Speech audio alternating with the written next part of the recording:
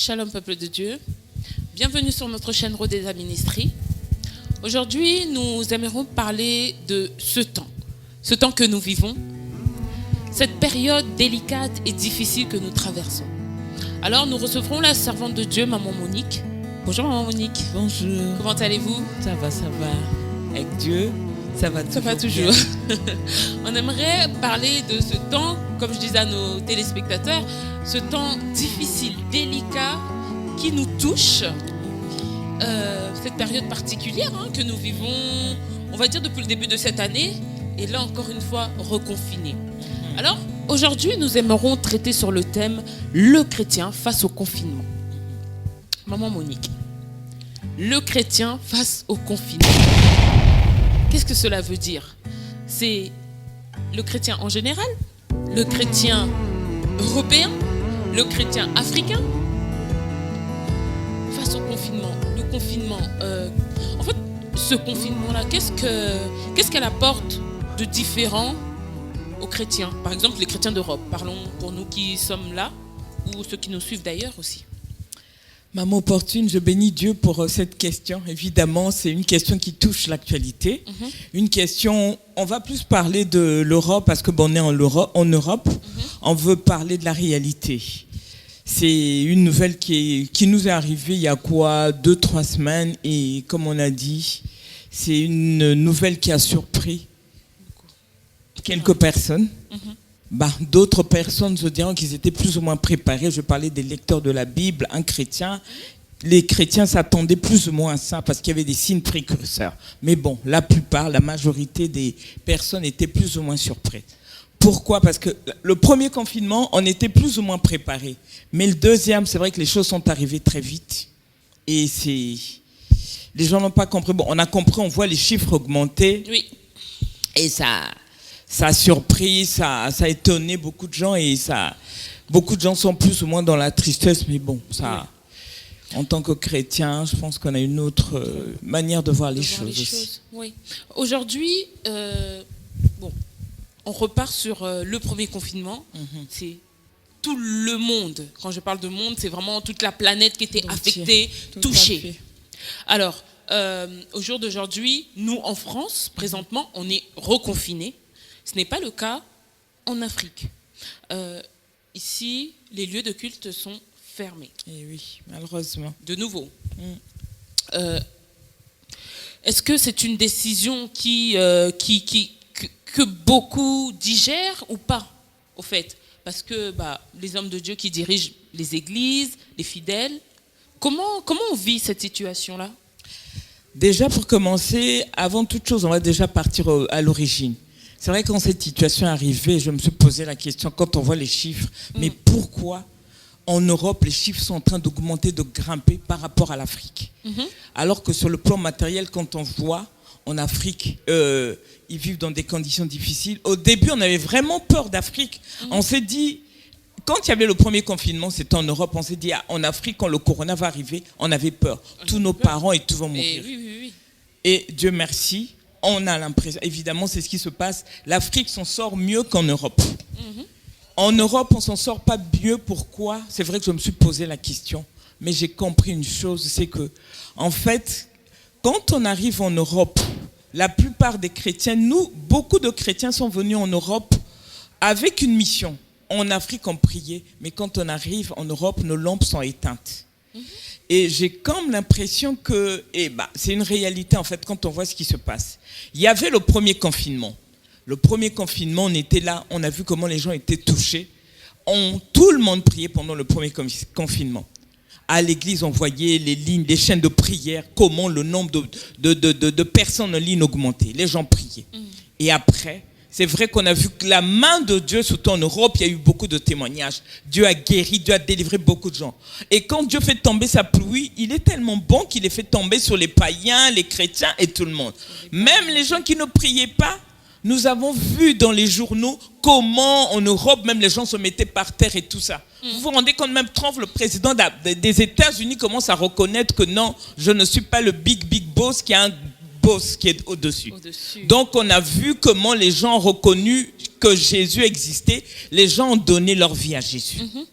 Et malheureusement, qu'est-ce qui est arrivé? C'est vrai que le corona est passé, les chiffres ont baissé. Les lieux de culte ont réouvert. Et oui, nous sommes repartis. Nous sommes repartis. Entre guillemets, dans une vie un peu normale. Normal. Et ce qui est triste, c'est que qu'est-ce qui est arrivé? C'est que combien de personnes ont retrouvé les églises? Personne ne sont allés à l'église remercier le Seigneur. En fait, ce qu'on a fait, beaucoup de gens, les gens que Dieu avait guéris, on leur a dit, bon, écoutez, les églises sont ouvertes. Combien sont allés remercier le Seigneur? Il n'y a pas eu beaucoup de gens.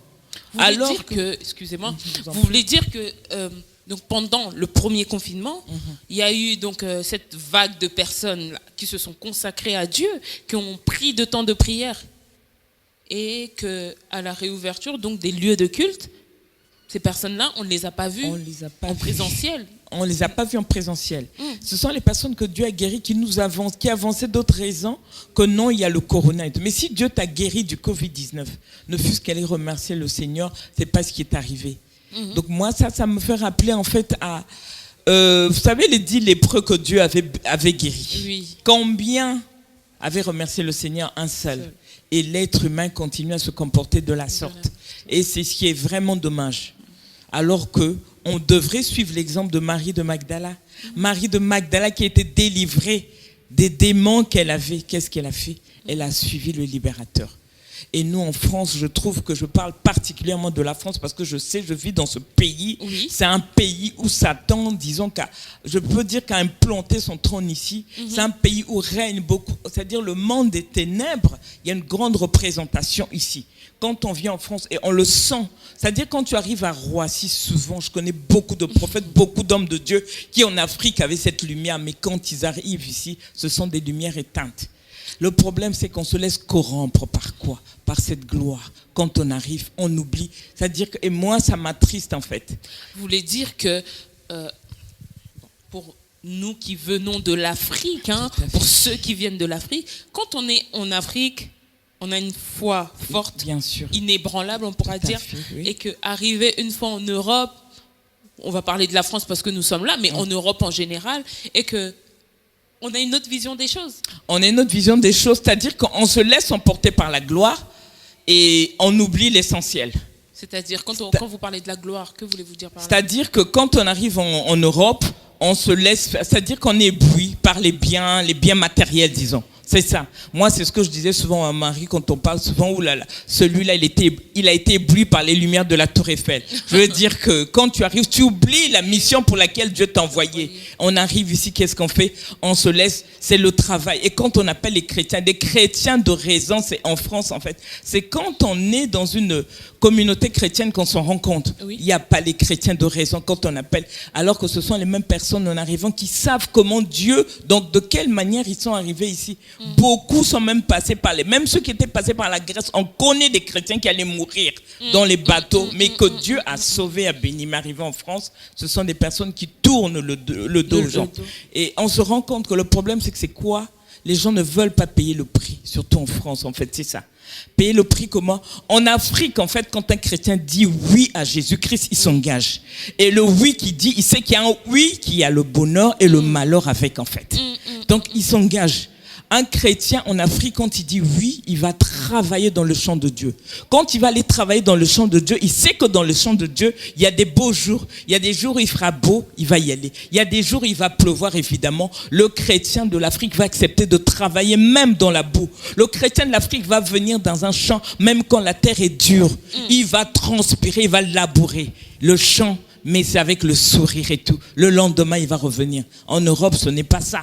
L'Europe, on va voir les chrétiens il va pas accepter, quand il va venir à l'église, il fait beau, mais quand il pleut et tout, il va pas accepter le chrétien de se mouiller, il n'acceptera pas. Il va pas accepter de se blesser, oubliant que c'est dans ces souffrances-là que Dieu nous bénit. On oublie tellement de choses. Donc, en fait, c'est ça la différence.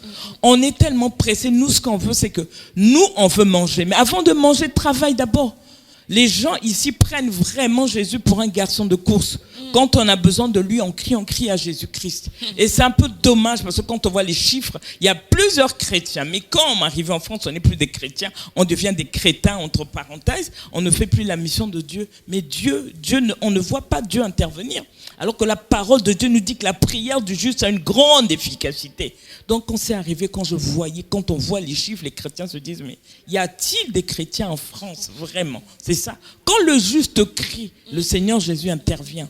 Mais le problème, c'est que les chrétiens, leurs lampes sont éteintes actuellement. C'est ça le problème. On n'a plus d'huile dans nos lampes. Il n'y a pas de vie de prière. Donc on est rentré justement dans cette atmosphère et tout ça. Ici en France, on sait que c'est quoi? C'est la religion qui domine. C'est un pays où c'est la Babylone, il y a tellement de choses. Et nous, quand on arrive avec cette lumière, nous qui avons surtout cette grâce, les personnes qui ont connu, qui étaient dans des assemblées chrétiennes, des églises de réveil, quand on arrive ici, quand on se laisse corrompre par, évidemment, on se laisse faire par la gloire du monde, on oublie tout ça. Vous dites qu'on est axé sur la gloire pour ceux qui arrivent, ces personnes-là sont axées sur la gloire, mais c'est pas aussi le fait que la situation n'est pas si simple aussi quand on arrive quand même en Europe. C'est vrai, on a accès à beaucoup de choses comparé en Afrique, bien sûr. Mais il y a quand même des difficultés par lesquelles les gens passent. Vous savez, il faut être régularisé. Régulariser l'obtention des appartements, tout est difficile. On le sait. Ces choses-là aussi qui peut-être que en Afrique, on se dit, on est habitué et que arrivé en Europe, on avait une vision qu'on allait vers le paradis, mais en arrivant dans ce paradis-là, on se rend compte que c'est rempli d'épines, en fait. Justement, c'est là où il faut multiplier d'efforts. C'est là, justement, il faut donner sa vie à Jésus-Christ.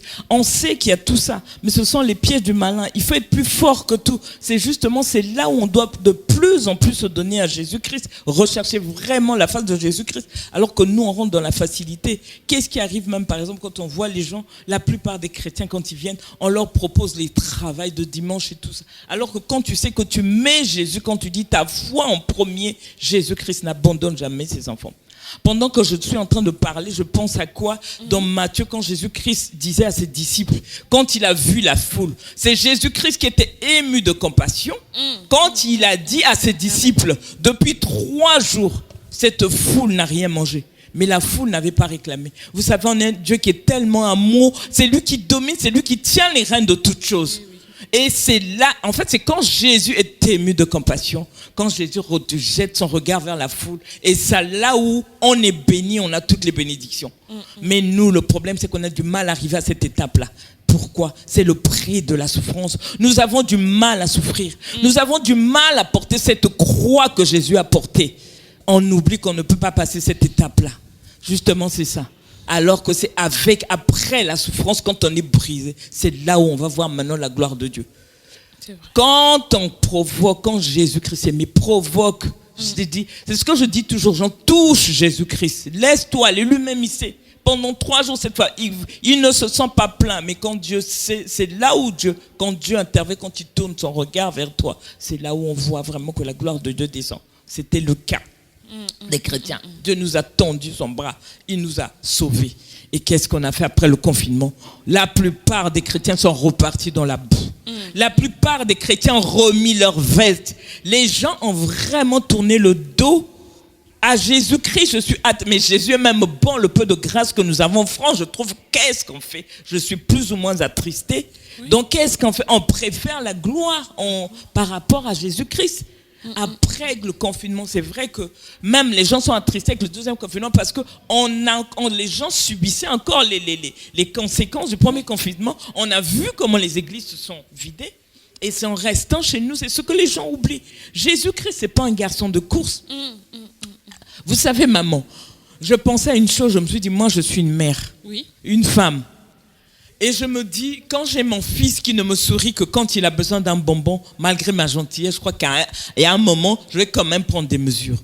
C'est pareil pour une femme. Un homme qui a une femme, et cette femme-là n'est gentille qu'à la fin du mois, parce qu'elle sait que papa a eu quelque chose dans la poche, je veux sourire, je vais faire le ménage et tout. Il y a un moment donné, quelle que soit ta gentillesse, tu vas quand même prendre des mesures. Et je pense que c'est ce qui arrive avec les chrétiens de la France.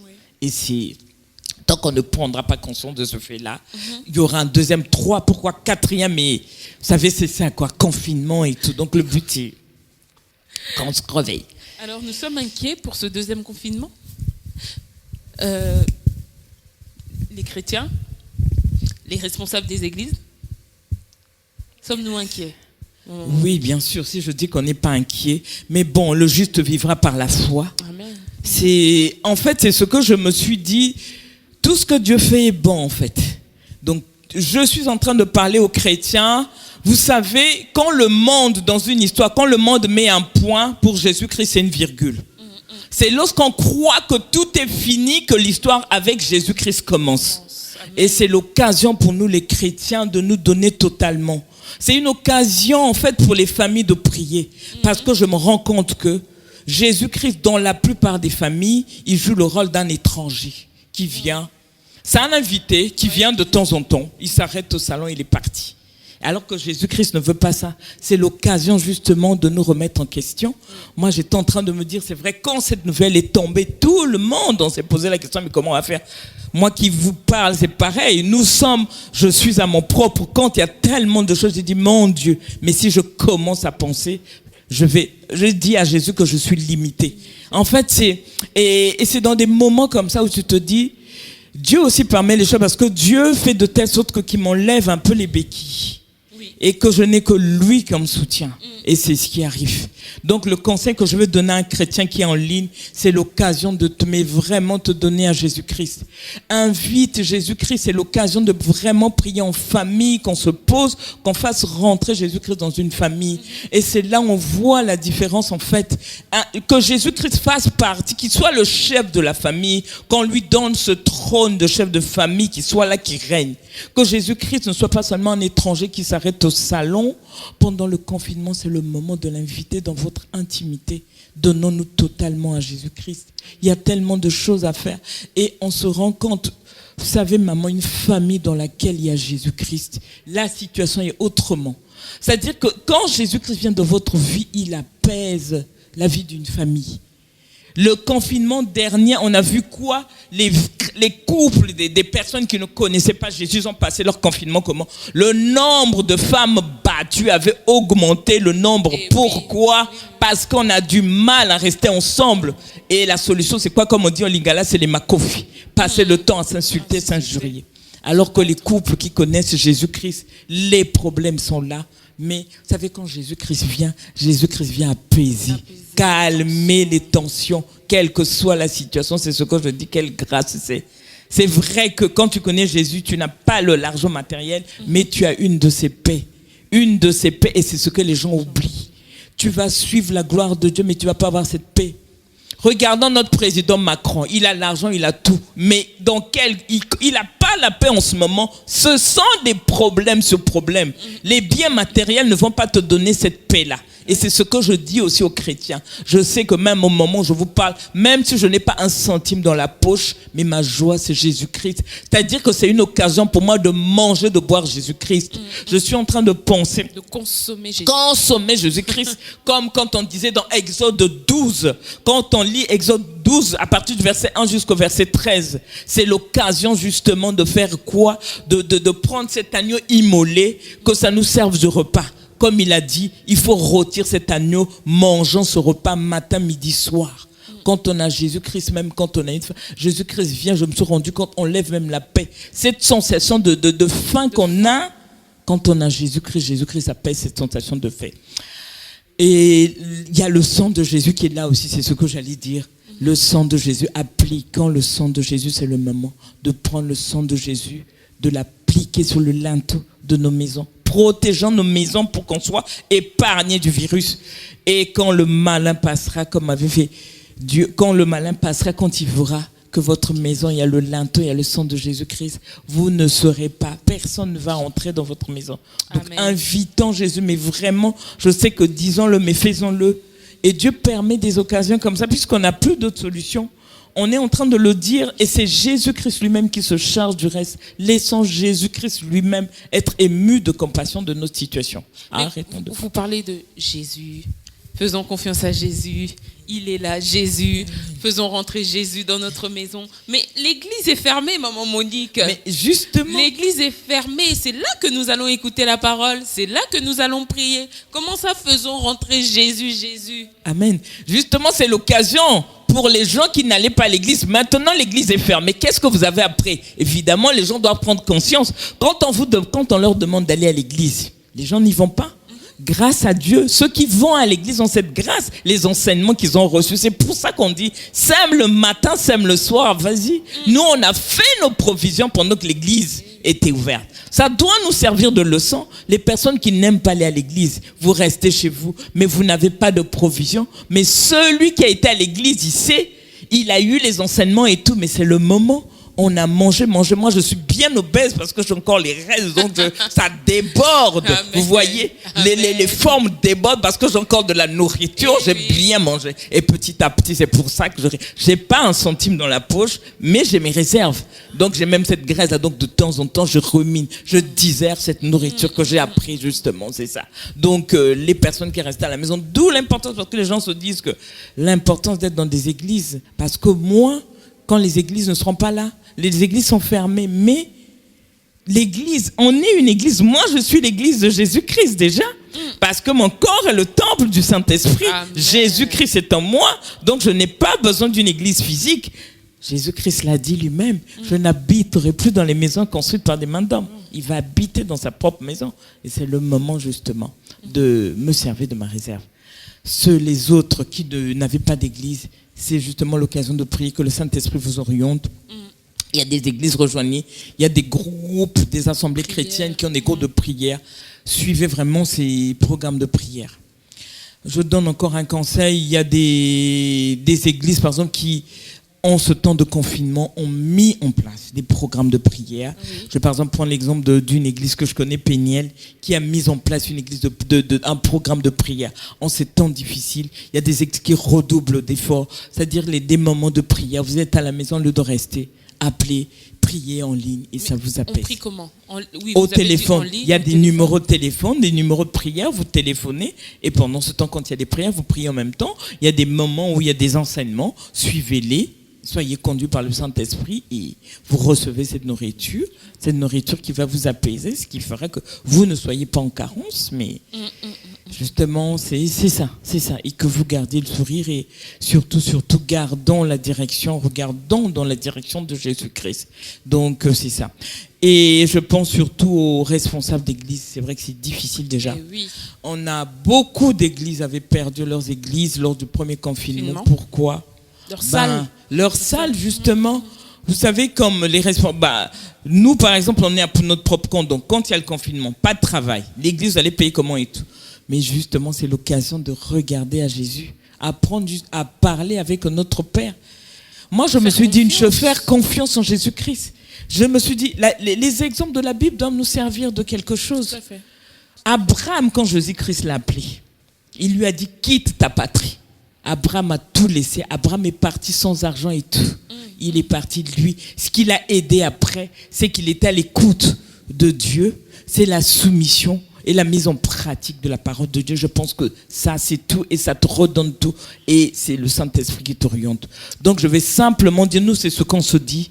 Je dis à ces responsables, regardez Jésus-Christ, faites confiance en Jésus. C'est Jésus-Christ qui vous a appelé, dites-lui, moi c'est ce sont les prières qu'on fait. C'est ton église, on n'y est pour rien, papa. Gère toi-même, tu fais ce qu'il y a à faire.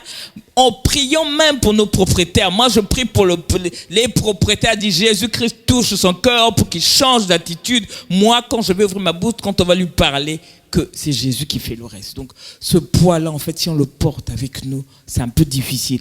Déchargeons-nous sur lui de tous nos soucis. D'ailleurs, il le dit. Il le dit lui-même dans la parole de Dieu, parce que il y a souci et souci. C'est vrai qu'en temps de confinement, tu veux commencer, c'est une situation tellement difficile. Il y a l'église, il y a la famille, il y a tellement de questions que on est limité. Mais vous dites que c'est difficile, que ce temps, mais dans ce deuxième confinement, tout le monde est autorisé à travailler, à continuer en tout cas travailler ou à continuer son activité professionnelle sur certaines mesures, bien évidemment. Sur certaines mesures, oui, tout à fait. Il y a quand même plus de facilité ou pas par rapport au premier confinement? Au début, c'est ce qu'on voit, mais il y a des activités qui sont carrément fermées. Oui. Vous savez, dans le commerce, il y a des commerces qui sont fermés. Il y a des domaines où il n'y a plus de clients, les gens vont pouvoir, donc tout est vraiment fermé. Et ce sont des entrées d'argent des entrées d'argent. Après, même les fidèles, ils vont payer les dîmes comment on va payer l'église, comment on va se débrouiller. Donc c'est des questions, mais faisons confiance à Jésus. Jésus, c'est pourquoi il a permis. Et je sais que Jésus-Christ n'a jamais abandonné un enfant. D'accord. Dans la Bible, David le dit, je n'ai jamais vu le juste être abandonné. Il y a une chose, c'est vrai que quand ça vient, ça fait mal. Je ne vais pas dire non, je suis chrétienne et tout. Mais en fait, Dieu permet, quand on dit, en fait, la douleur que Dieu permet, les épreuves de Dieu, en fait, je trouve qu'il y a un degré du supportable. Quand ça arrive, ça fait mal. Mais Jésus-Christ sait jusqu'à quel degré, en fait, on peut supporter cela.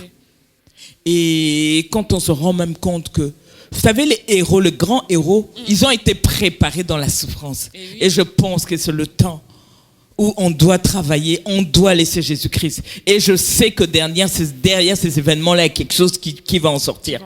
La leçon que moi j'ai appris, même dans le négatif, il y a toujours un positif qui va sortir dans ce négatif. Vous voyez, c'est ça. Et Jésus-Christ lui-même est un exemple. C'est un roi. Il est né où? Jésus-Christ est né parmi les animaux. Il nous a montré cet exemple. C'est là où les endroits où les gens négligent. C'est là où ressort les bonnes choses. Donc cette personne-là qui se rend compte qui a l'impression que tout est fermé, non. Dieu n'a pas encore dit son dernier mot. C'est ça. Amen. Donc là où le malin, il a mis un point, Jésus-Christ vient, il met une virgule et l'histoire continue. C'est quand on pense que tout est fini, évidemment que les bonnes choses commencent. Et justement. oui, quand vous pensez que tout est fini, c'est là que Dieu commence en fait. Amen. Quand la sagesse de l'être humain s'arrête, c'est là que la sagesse de Dieu commence. Amen. Parce que c'est lui-même qui est le sage par excellence. Quelle dernière parole vous direz à nos téléspectateurs qui nous regardent de partout dans le monde entier? La dernière parole que je dirais aux téléspectateurs qui nous regardent, à tout le monde, ce que je vais dire, comme le titre de l'émission, c'est le confinement. Donc j'ai l'image quand je parle de tout le monde. En fait, en Europe, on est comme si on nous a jetés dans un tunnel noir. Et dans ce tunnel, il y a tout le monde. Il y a les chrétiens, les païens et tout. Et en principe, les chrétiens sont censés apporter de la lumière. Mais qu'est-ce qu'on remarque? C'est que les lumières ne sont pas, elles éclairent pas assez, ce sont des petites étincelles. Pourquoi? Comme on a dit, par manque d'huile et tout. Donc redoublons d'efforts, mettons-nous à genoux, confions-nous à Jésus-Christ, c'est vrai. Et c'est avec notre lumière que les autres pourront voir. Pour le moment, et surtout en Europe, je parle de l'Europe, on est dans le noir et les gens sont là, ils cherchent leur voie. Les gens, ils se connent parce qu'on est encore dans le noir. Donc, en redoublant d'efforts, prions, montons nos prières à Jésus-Christ et acceptons les sacrifices, acceptons le brisement surtout en Europe. Et c'est là on va voir la gloire de Dieu, on va voir la main de Dieu. Je sais que Dieu nous aime et beaucoup. Donc, acceptons les sacrifices, évitons de tomber dans les pièges du malin, tout ce que Dieu nous propose, les bonbons et tout ça, évitons. Pensons à une chose, c'est que à quoi sert-il à un homme de perdre son âme et de gagner l'estime du monde, de gagner le m'as-tu vu et tout ça, ça ne sert à rien, bien aimé. Allons, il est vraiment temps qu'on aille à l'essentiel. Je m'adresse surtout aux mamans. Nous les mamans, c'est le moment justement de nous lever dans la prière. Réveillons-nous, arrêtons de la paresse, parce qu'une mère, elle est porteuse de vie. Une mère, c'est la maman, c'est la sœur de tout. Donc prenons nos foyers, commencez. Même si le mari ne sait pas, toi maman, mets-toi à genoux. Et je me rends compte que la prière d'une mère commence à prier. Présentons nos enfants, c'est le moment de tout présenter à Dieu. C'est le moment aussi de faire le point sur nous. Moi, j'ai déjà commencé à voir un peu ma petite balance, voir comment elle est cette balance-là. Si le côté négatif est un peu haut, vraiment trop haut, souvent c'est ça, positif un peu en bas, demandons à Jésus-Christ de nous aider, que ce soit réglé. Acceptons, crions à Jésus, ce n'est que lui, c'est lui la solution et je sais qu'on va s'en sortir. Mais tant qu'on ne va pas se réveiller, se lever, franchement, la situation va persister. Et en Europe, on compte sur nous les chrétiens. Ce qui m'attriste, c'est qu'on est dans un pays où comme on dit, c'est un pays où règne la religion, Babylone, et on sait vraiment comment le monde des ténèbres a établi son trône dans ce pays. Je parle au nom de Jésus-Christ. Et nous, les chrétiens, si on ne se lève pas, s'il n'y a pas de vraie prière, on ne va pas, c'est-à-dire notre lumière ne va pas être levée. Il faut qu'on soit décidé, il faut qu'on suive vraiment Jésus-Christ pour que vraiment tout cela puisse tomber, qu'on voie la gloire. Prenons l'exemple de nos frères à côté, les frères africains. Pourquoi seulement en Europe? C'est un peu ça, quoi. Prenons conscience. Ceux qui avaient des missions, qui se sont rendus compte, moi en Afrique, je priais, bien-aimé dans les Seigneurs, réveille-toi, c'est le moment. Ce n'est plus le moment d'être dans l'agitation. Les chrétiens, oui, tout ce que vous savez, les fêtes et tout ça. La parole de Dieu nous dit, le monde, la prophétie, tous ces biens la passeront, mais seule la parole de Dieu demeure. C'était ça, en fait, ce que je voulais dire en conclusion, pour que les chiffres, on verra, les chiffres de Corona vont baisser et on va nous libérer, on ressortira, mais tirant des leçons de notre passé pour que l'on ne retombe pas dans cette situation. Parce que dans ce pays-là, on ne peut pas compter. On voit les chrétiens ne sont pratiquement pas considérés. Regardons la feuille de dérogation de sortie. J'étais attristé, surtout dimanche dernier. On demande, mais les églises de réveil, mais on demande simplement à une église, je ne vais pas citer le nom, d'être ouverte. Pourquoi? Parce ce sont des personnes qui sont là, qui honorent les morts. Alors que nous, on sait que dans la Bible, il nous est interdit d'honorer les morts le jour de la Toussaint. Donc les chrétiens, les vrais chrétiens, réveillons-nous, prions, demandons vraiment, implorons la grâce de Dieu que Jésus agisse dans ce pays, parce que si on ne le fait pas, même du point de vue du gouvernement, on n'est pas reconnu sur l'autorisation. Il y a beaucoup de cas, on ne va même pas voir même 10 minutes autorisées de prière, non. Tout est permis. Il y a beaucoup de trucs, mais pas la prière. Donc, pour vous dire à quel point nous, les chrétiens, on est. Si on ne se lève pas dans ce pays-là, on ne sera jamais connu, on va toujours nous piétiner. Et on est en mission. Moi, je parle parce que j'ai réalisé que Dieu m'a envoyé dans ce pays. C'est pour une mission. Et vraiment, réveillons-nous. La prière du juste a une grande efficacité. Quand le juste crie, le Seigneur Jésus l'entend. Et ce n'est que comme ça qu'on va rapidement sortir du confinement et tout le monde sera libéré et on pourra vivre la vie, la gloire de Dieu. Amen, on va voir la main de Dieu dans notre vie. Bien-aimés, de là où vous êtes, là où vous nous suivez, vraiment restez dans la prière, soyez reconfortés et nous croyons que la main de Dieu, sa bonne main est là pour nous soutenir, pour nous guérir, afin que nous ne puissions pas nous laisser, comme nous disait Maman Monique, ne nous laissons pas attirer par toute chose qui se passe devant nos yeux, par la situation, mais restons attachés avec confiance à notre Dieu. Nous vous retrouvons bientôt sur notre chaîne. Likez sur Facebook, YouTube, Instagram, Rodez la Ministrie.